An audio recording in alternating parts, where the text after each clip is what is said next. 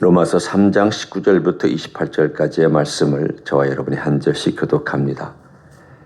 우리가 알거니와 무릇 율법이 말하는 바는 율법 아래 있는 자들에게 말하는 것이니 이는 모든 입을 막고 온 세상으로 하나님의 심판 아래 있게 하려 함이라. 그러므로 율법의 행위로 그의 앞에 의롭다 하심을 얻을 육체가 없나니 율법으로는 죄를 깨달음이니라. 이제는 율법 외에 하나님의 한 의가 나타났으니 율법과 선지자들에게 증거를 받은 것이라. 곧 예수 그리스도를 믿음으로 말미암아 모든 믿는 자에게 미치는 하나님의 의인이 차별이 없느니라. 모든 사람이 죄를 범하였으며 하나님의 영광에 이르지 못하더니 그리스도 예수 안에 있는 성령으로 말미암아 하나님의 은혜로 값없이 의롭다 하심을 얻은 자 되었느니라. 이 예수를 하나님이 그의 피로써 믿음으로 말미암는 화목제물로 세우셨으니 이는 하나님께서 길이 참으시는 중에 전에 지은 죄를 간구하심으로 자기의 의로우심을 나타내려 하심이니 곧 이때에 자기의 의로우심을 나타내사 자기도 의로우시며 또한 예수 믿는 자를 의롭다 하려 하심이라. 그런즉 자랑할 때가 어디냐 있을 수가 없느니라. 무슨 법으로냐 행위로냐 아니라 오직 믿음의 법으로니라. 그러므로 사람이 의롭다 하심을 얻는 것은 율법의 행위에 있지 않고 믿음으로 되는 줄 우리가 인정하노라. 아멘. 로마서에서 얘기하고자 하는 가장 핵심적인 사상은 오늘 이 3장 19절부터 끝절 31절 사이에 사실은 다 설명되어 있습니다. 의롭다라는 표현이 우리가 읽은 19절 그리고 읽지 않은 뒷부분까지 포함해서 한 10번 나옵니다. 그러니까 사실은 이 로마서 전체 주제에 맞게 하나님의 의 혹은 의롭다 하심, 이것이 이 로마서 전체를 관통하고 있는 핵심 키워드라고 할 수가 있습니다. 그럼 도대체 우리가 의롭다 하심을 어떻게 얻었느냐? 그리고 이 의롭다 하심이라는 건 뭐냐? 그리고 율법의 역할이라는 것이 도대체 그러면 구약의 그 긴 기간 동안에 있었던 역할은 무엇이었느냐? 이것에 대한 질문과 대답을 사실은 로마서는 우리에게 해주고 있습니다. 특별히 이 로마서 3장 19절부터 그 이하는 그런 내용들로 간략간략하지만 아주 굵직굵직한 구약의 전체를 담고 있습니다. 우리는 복음서를 보면서 예수님께서 왜 이 땅에 오셔야 되는가를 우리는 듣죠. 이야기로 듣습니다. 그렇지만 로마서 같은 경우는 예수님께서 왜 이 땅에 오셨는가에 대한 이야기를 사상으로 듣습니다. 우리는 두 가지가 다 필요합니다. 그렇잖아요? 어떨 때는 우리가 어떤 설명을 할 때 개념을 설명하고 사상을 설명할 때가 있고요. 어떨 때는 이야기를 통해서 그것을 전달할 때가 있습니다. 생생하기는 이야기가 생생하죠. 이해하기도 쉽고. 그렇지만 또 한 가지 이야기의 단점은 뭐냐면 명확하게 찝어내기가 쉽지 않은 그런 단점도 있을 수 있습니다. 이 이야기는 뭘 핵심을 가지고 있을까? 그렇게 생각할 수도 있습니다. 또 로마서 같은 이 가장 중요한 사상은 딱 보면은 한 단어만 들어도 이해하기가 쉽지만 문제는 또한 그 단어 속에 많은 것들이 축약되어 있기 때문에 쉽지 않습니다. 오늘 그 중에서 저는 가장 중요한 세 가지 다 연결되어 있기 때문에 사실은 한 가지지만 세 가지 측면을 함께 나누려고 합니다. 예수님께서 왜 이 땅에 오셨냐? 그리고 예수님께서 왜 죽으셔야 됐느냐?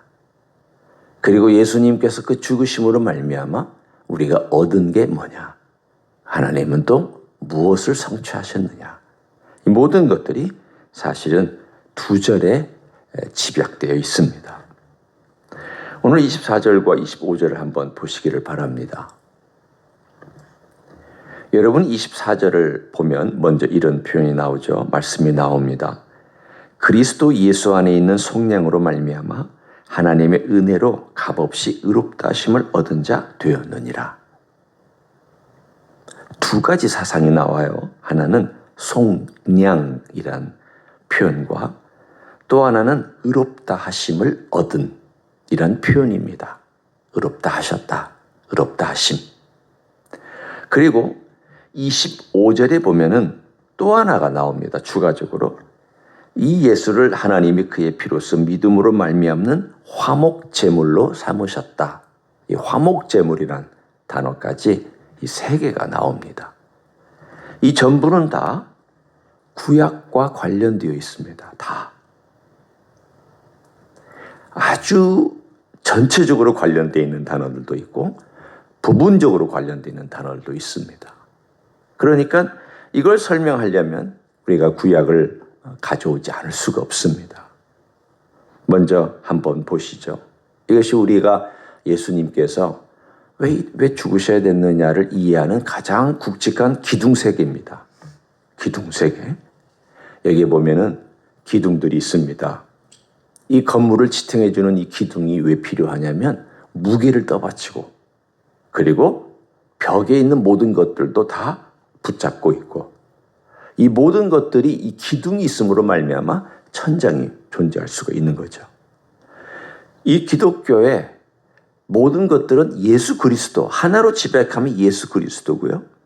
그리고 예수 그리스도께서 우리를 위해서 해주신 일, 세 가지가 오늘 여기에 기독교의 가장 중요한 핵심 세 가지 기둥이라고 할 수가 있습니다. 그 첫 번째가 바로 우리 한글 성경에 나온 순서대로 보면 속량이라고 나옵니다. 여러분, 우리는 이 속량이라는 단어에 대해서 잘 알고 있습니다.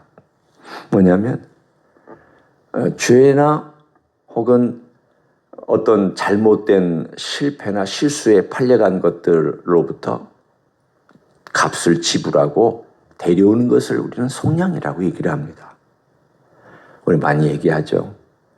노예가 팔려갔으면 그 노예의 값을 지불하고 사오는 것을 속량이라고 얘기한다고 하는데 맞습니다. 틀린 말 아닙니다. 그런데 이 속량을 제일 잘 이해할 수 있는 책이 하나 있습니다. 그게 바로 룻기서입니다. 그러니까 여러분이 이 속량이란 단어를 생각할 때마다 구약의 속량이란 단어를 제일 잘 이해할 수 있는 그런 것이 하나 있는데 그것은 룻기서구나. 제가 룻기서를 자세히 얘기하지 않아도 거기에 나오는 단어가 있습니다. 그 단어가 뭐냐면 무르다라고 하는 단어입니다. 잘 쓰지 않는 단어입니다. 그런데 이 무르다라고 하는 단어가 뭐냐면 오늘 본문에 나와 있는 것처럼 속량하다는 뜻입니다. 나오미 집안이 완전히 빚더미입니다. 자기가 기업으로 물려받은 이 땅을 팔고, 판다는 것은 완전히 소유권을 이전한다는 것이 아니라 소유권은 가지고 있지만 사용권이 없이 팔아버린 겁니다. 그래서 그리고 그 돈을 가지고 어디로 갔냐면 모압 땅으로 가버렸습니다. 그러면 그들이 아마도 한 50년 정도의 그 사용권을 팔아버리고 모압 땅으로 갔는데 10여 년 만에 자기의 아들들과 남편이 죽어버렸습니다. 그리고는 자기 땅에 돌아왔습니다. 룻을 데리고. 그런데 40년, 적어도 40년 동안 자기 땅이 아닙니다. 남의 땅입니다. 40년이면 죽어야 돌아올 땅입니다. 자기 자손에게. 그 자손이 없습니다. 자손이 없으면 이 땅이 누구에게 돌아가느냐? 가장 가까운 친족에게 돌아갑니다. 쉽게 얘기하면 이 사람은 평생 동안 그냥 종으로 사는 겁니다. 남의 집에 가서 일해야 되고 남의 밭에 가서 자기 밭도 아닌 자기 밭이라고 말할 수도 없는 밭에 가서 혹시 은혜를 베풀면 떨어진 나락 그거 나다를 주워가면서 살아야 되는 이런 불쌍한 신세가 바로 그런 신세입니다. 종이죠. 일종의 노예라고까지는 우리가 말하지 않지만 그런 비참한 삶을 살아갑니다. 이걸 누가 구해줍니까? 보아스가 구해줍니다. 보아스가 값 다 지불합니다. 심지어는 룻이라고 하는 여인을 자기 아내로 받아들였습니다. 이 모든 행위가 뭐냐면 내가 값을 지불하고 이 집안의 모든 것들을 회복시켜주고 심지어는 그 혈통까지도 있게 만들어주는 이 모든 것들의 이야기, 아름다운 이야기. 물론 거기에는 우리 예수님이라고 하는 예수님의 혈통이라고 하는 조상의 이야기가 거기 있지만 그러나 한편으로는 우리에게 이 속량이라는 것이 뭔가에 대한 이야기를 이미 보아스를 통해서 우리들에게 보여줍니다. 보아스가 한 것처럼 장차 보아스의 후손 가운데 한 속량자가 와서 기업을 물을 자가 와서 인류를 구원해서 이 죄와 죽음과 사탄으로부터 값을 지불하고 사서 다시금 자유롭게 놔주는 그러한 놀라운 일을 할 것이라고 하는 이야기가 바로 속량이라는 단어입니다. 그러니까 이 한 단어 속에 이야기가 있는 거죠. 이 한 단어 속에 구약의 모든 스토리가 들어있는 거예요. 아주 조그마한 진주할 만한 건데 그 속을 이렇게 들여다봤더니 온전한 우주 같은 세계가 펼쳐져 있는 겁니다. 그게 바로 속량이란 단어예요. 예수님이 그것 때문에 오셨어요. 그의 조상 보아스가 한 행위와 비슷하지만 깊이나 넓이나 폭이나 높이로 봐서는 그의 조상 보아스하고는 비교도 될 수 없는 말도 견줄 수도 없는 정도의 속량을 우리를 위하여 행하셨다. 첫 번째입니다. 두 번째는 결국 그래서 첫 번째가 죄에 대한 것이었다면 두 번째는 의롭다 해주셨다. 의롭게 해주셨다라고 하는 것은 뭐냐면 바로 하나님 앞에 설 수 있게 해주셨다라는 뜻입니다. 구약의 이야기가 뭡니까? 하나님의 은혜죠. 이스라엘 백성 구원해 주셨는데 애굽으로부터 속량해 주셨잖아요. 값을 지불하고. 그런데 그 값이라는 것이 그때는 특이합니다. 애굽 사람들의 목숨이었고 그들에게 내린 재앙이었습니다. 그러니까 하나님의 진노 중에 하나였지만 또한 성령이라고도 할 수가 있습니다. 그리고는 홍해를 건너서 그 땅으로 데려왔습니다. 뭐 때문에 그랬을까요? 너는 자격이 없다. 그렇지만 내가 은혜로 약속했기 때문에 그 약속을 지키기 위하여 너를 제사장 나라로 삼는다. 잘 보십시오. 아주 노예입니다. 그리고 이 노예를 사다가 하나님께서 제사장 나라로 만들었습니다. 신분이 얼마나 급격하게 상승했습니까? 여러분, 죄인이 신분이 상승하는 것은 어느 정도 보통 우리가 얘기하냐면 그냥 죄값 지불하고 자유롭게 됐다. 그 정도면 굉장한 거예요. 그런데 이 죄인을 의인으로 만들어 놓은 거예요. 여러분 한번 생각해 보세요. 의인은요, 우리가 자신 있게 말할 수 있는 의인은 없습니다.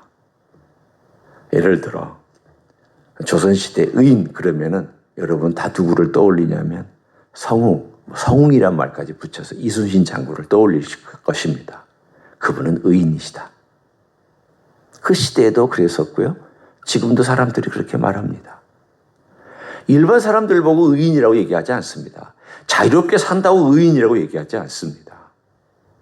그렇기 때문에 이 모든 이야기는 구약에 하나님께서 이스라엘 백성을 대해 주셨던 모든 것들을 다 담고 있는 이야기입니다. 하나님께서 그렇게 해주셨다. 너희를 그렇게 대우해서 의인으로 만들어 주셨는데 이제 하나님께서 모든 인류를 향하여 예수님께서 죄의 대가를 지불하고 너희를 죄인에서 의인으로 만들어 주셨다. 이게 두 번째, 예수님께서 우리를 위해서 해주신 굵직한 기둥입니다.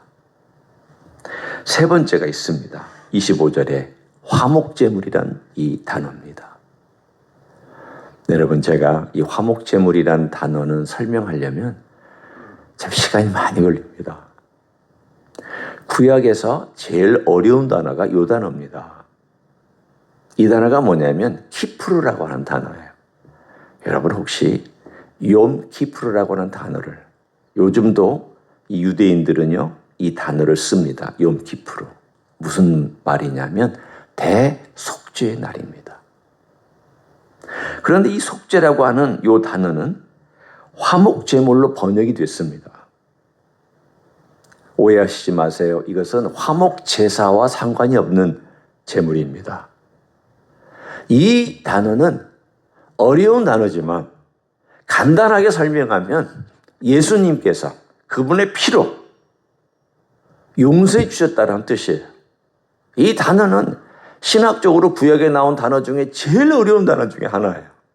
학자마다 다릅니다. 어떤 사람은 용서하다.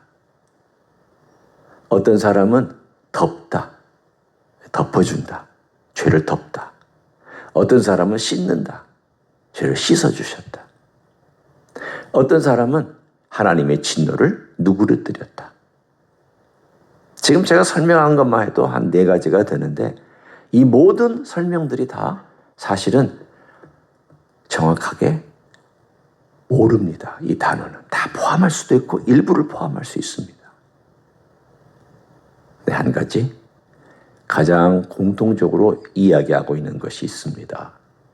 그것은 하나님의 진노에 대한 것입니다. 예수님께서 피 흘리심으로 뭘 가져오셨느냐 하면 하나님의 진노가 가라앉았고 없어졌습니다. 여러분, 이 하나님의 진노는 왜 중요하냐면 하나님의 의와 연결되어 있기 때문입니다. 여러분, 하나님께서는 기분으로 화내시는 거 아닙니다. 우리야 감정적인 것 때문에 화를 내잖아요. 속상해도 두려워도 화를 내요. 하나님의 진노는 감정적인 것들 때문에 막 그렇게 하시는 것이 아니라 인간의 죄 때문에 인간의 죄를 오래 참으시고 그거를 긴 시간 동안에 또 기다리시고 약속하셔서 하나님께서 그 약속 가운데서 하나님의 그 사랑과 은혜와 말씀을 듣고 돌아올 그 모든 과정 속에서 하나님의 진노는 또 지연되고 또 지연되었습니다. 그래서 오늘 성경에도 보면 그렇게 나와요. 25절 그 뒷부분에 그렇게 표현하고 있습니다. 제 중간부터 읽습니다. 이는 하나님께서 길이 참으시는 중에 전에 지은 죄를 간과하심으로 하나님께서 오랫동안 인간의 행위에 대해서 또 참고 그리고 인류를 멸망시킬 수도 있고 심판하실 수도 있는데 그것을 지나치셨다는 뜻이에요. 하나님이 심판을 안 하시겠다는 뜻이 아니라 미루어서 어느 때까지 미뤘냐면 예수님 오실 때까지 미뤘다는 거예요. 만일 예수님이 오시지 않았다면 인류는 진작에 멸망했습니다. 하나님께서 그 죄를 간과하시지 않았다면 인간은 진작에 없어졌습니다. 하나님의 오래 참으심 가운데 그리고 또 참고 참는 가운데 또 미루셔서 그 모든 죄를 누구에게 뒤집어 씌웠느냐 하면 예수 그리스도에게 뒤집어 씌우셨다는 뜻입니다. 그리고는 그 예수님은 피로써 오늘 25절에 나오잖아. 이 예수를 하나님이 그의 피로써 피라는 단어가 드디어 등장합니다. 피 흘림. 이 피 흘림으로 말미암아 그에게 속죄 제물이 되게 하셨다라는 뜻입니다. 당신이 인류의 이 모든 쌓여있는 죄를 위하여 죽으시어 당신만이 죽으실 수 있어. 당신만이 이 대가를 지불하고 인류가 저지른 모든 죄를 다 가지고 가시오. 그래서 속죄하시오. 그래서 하나님 아버지께서 그 아들 예수 그리스도에게 이 모든 것들을 다 올려놓고 예수 그리스도는 십자가 위에서 자신의 피를 흘림으로 구약에 있었던 모든 속죄 제물과 같은 똑같은 원리로 하나님 아버지의 심판을 받고 그분의 진노를 받고 돌아가셔서 결국은 우리에게 하나님의 의롭다 하심을 드러냈고 우리에게 의롭다 하심을 주실 수 있는 의로운 제물이 되셨다라는 뜻입니다. 이 모든 이야기는 사실은 하나하나가 쉽지 않지만 예수님의 이야기를 담고 있고요. 구약의 이야기를 담고 있습니다. 예수님께서 우리의 죄, 나의 죄를 위하여서 이 모든 것들 행하였다고 생각해 보시면 한번 정리해 봅니다. 죄 때문에는 속량해 주셔야 되고요. 죄인에 대해서는 의롭다 해 주셔야 되고요. 하나님의 진노에 대해서는 속죄 제물이 되셔야 됐습니다. 우리는 이 모든 것들을 누가 다 이루셨느냐? 예수님이 다 이루셨어요. 어느 것 하나 빠지지 않고 예수님께서 다 이루셨어요. 어느 것 하나. 하나님께 대해서는 속죄 제물이 됐고 우리에 대해서는 의롭다 하심을 얻었고 죄에 대해서는 속량해 주셨고 이 모든 것들을 다 완성해서 누구에게 선물로 주셨냐면 우리에게 선물로 주신 이야기. 그래서 우리는 그 모든 것들을 받고 이제 이 땅에서 하나님의 백성으로 자유롭게 살 뿐 아니라 하나님의 제사장으로 신분이 높아졌고 그리고 이 땅에 살아가는 동안 우리 하나님을 기쁘시게 할 수 있는 자격을 얻은 사람들입니다. 이제 우리의 삶은 하나님을 기쁘시게 할 수 있는 자격을 얻었기 때문에 얼마든지 하나님을 기뻐할 수 있고 하나님을 기쁘게 해드릴 수 있는 그러한 삶을 우리 주님께서 허락해 주셨습니다. 오늘 하루도 그런 삶이 되시기를 예수님의 이름으로 간절히 축원합니다. 기도하겠습니다. 예수님 고맙습니다. 주님께서 이 땅에 오셔서 자격 없는 인생들, 자격이 없는 정도가 아니라 멸망받고 진노를 받아 심판받아 죽을 수밖에 없는 죄인들을 위해서 주님이 대신 죽으시고 우리의 죄를 속량해 주셨으며 우리를 의롭다고 칭해 주셨으며 아버지의 진노를 완전히 누그러뜨리사 만족시켜 주셨으며 그래서 이 세상에 죄로 말미암아 가져왔던 모든 것들을 다 주님께서 해결해 주심을 믿고 감사를 드립니다. 우리 예수님 외에는 해결할 분이 없었습니다. 예수님 외에는 해결할 길이 없었습니다. 하나님은 그때까지 참고 계시다가 우리 예수님 십자가 위에 그 모든 심판을 다 쏟으셨습니다. 예수님은 그 모든 걸 감당하셨습니다. 그리고 부르짖으셨습니다. 아픔 가운데 고통 가운데 우리의 죄를 짊어지심을 감사드립니다. 오늘도 그런 예수님으로 말미암아 우리를 제사장 나라로 삼아주시고 우리를 의인으로 만들어주시고 그리고 이 땅 위에서 하나님을 기쁘시게 할 수 있는 사람으로 만들어 주셨사오니 감사합니다. 그런 삶을 우리가 날마다 살아갈 수 있도록 축복하여 주시옵소서.